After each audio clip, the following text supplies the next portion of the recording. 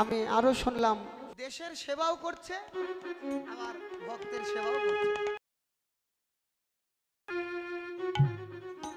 আমরা যারা বাংলাদেশে স্বাধীনতা পেয়েছি আমরা মুক্তিযোদ্ধাদের কাছে সবাই কিন্তু ঋণী, এটা স্বীকার করতেই হবে। যারা চলে গেছে এদের প্রত্যেকের কাছেই আমরা ঋণী, যার কারণে আমরা একটা স্বাধীন বাংলাদেশ লাভ করেছি এই মুক্তিযোদ্ধা।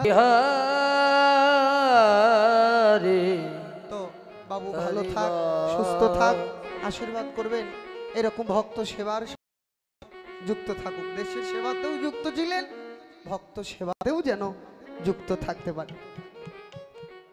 আর আমার প্রতি আশীর্বাদ করবেন এই কৃতদাস যেন আপনাদের মতো বৈষ্ণবের সঙ্গ লাভ করতে পারে। কীর্তন করার জন্য সিয়ারা ভালো আছে ততদিন চলে, বুড়ো হলে আর কেউ ডাকবে না। কীর্তনিয়া পড়ে আছে, তা আমি জানি এটা একদিন আমাকে ছাড়তে হবে, তার জন্য আমি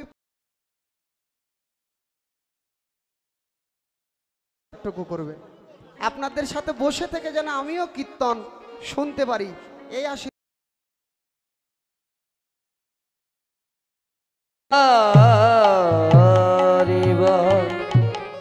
মধুমা